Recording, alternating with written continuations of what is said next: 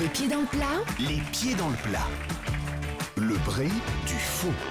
le vrai du faux. Je sens qu'on va se régaler aujourd'hui quand je vois qui va nous imiter. Déjà ce week-end, on change d'heure et il y a quelqu'un qui voulait absolument nous expliquer comment s'y prendre.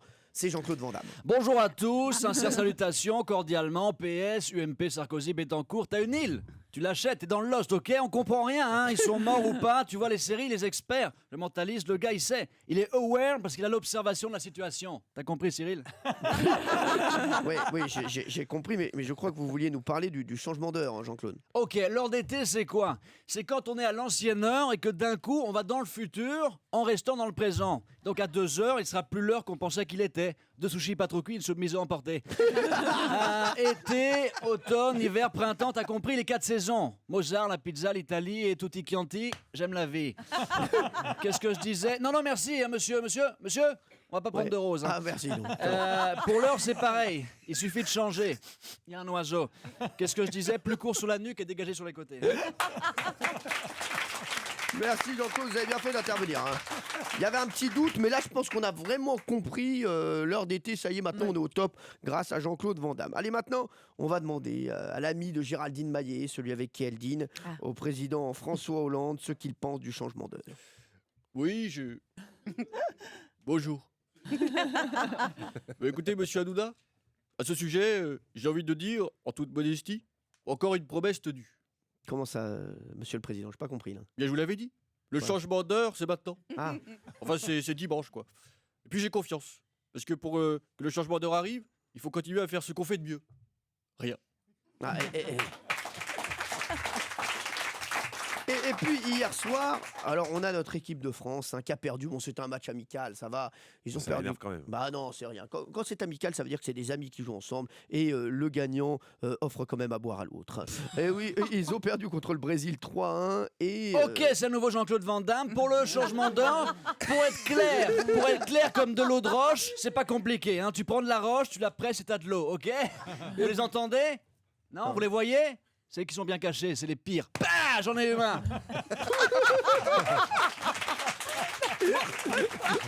Je crois que c'est mon préféré, Jean-Claude Van Damme. Je pense que c'est mon préféré. Hein. Ça y est, il a détrôné tout le monde. Merci Jean-Claude. En tout cas, j'espère qu'il va revenir. Hein.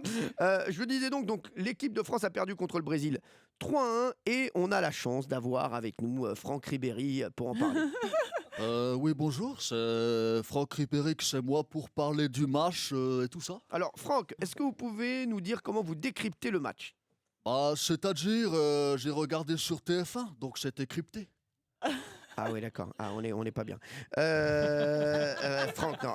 Est-ce que vous pouvez nous donner votre analyse du match, en fait? Mon analyse, c'est Oui. qu'au début, le match, il a commencé à 0-0. Donc ça faisait match nul dès le départ. Après, quand les Français ils ont marqué, là, ça a commencé à faire 1-0 pour la France. Après, le Brésil, ils ont marqué, du coup, là, ça faisait 1-1 pour les deux équipes. Donc c'était un match nul.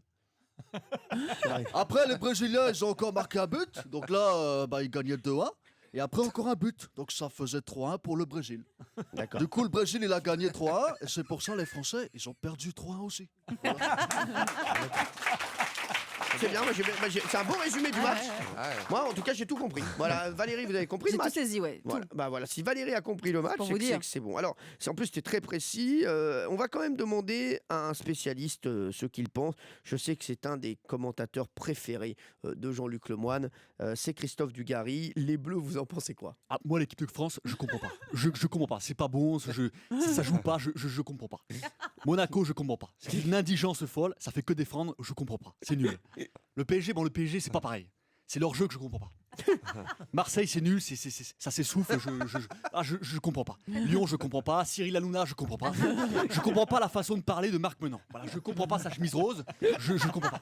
Et je comprends pas les gens qui disent que je critique. Voilà, je comprends pas. Ok, il comprend pas, pourtant c'est pas compliqué.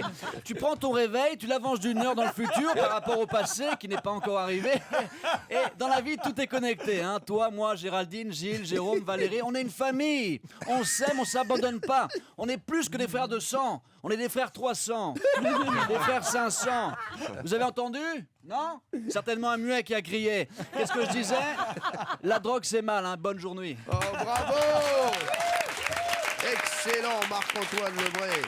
Marc-Antoine Lebray qu'on peut retrouver au Théâtre Le République à Paris tous les vendredis, samedis et dimanches. Et Marc-Antoine, il est avec nous sur Europe 1 à 17h30, très précise, les mercredis et les vendredis. Merci Marc-Antoine d'avoir été avec nous.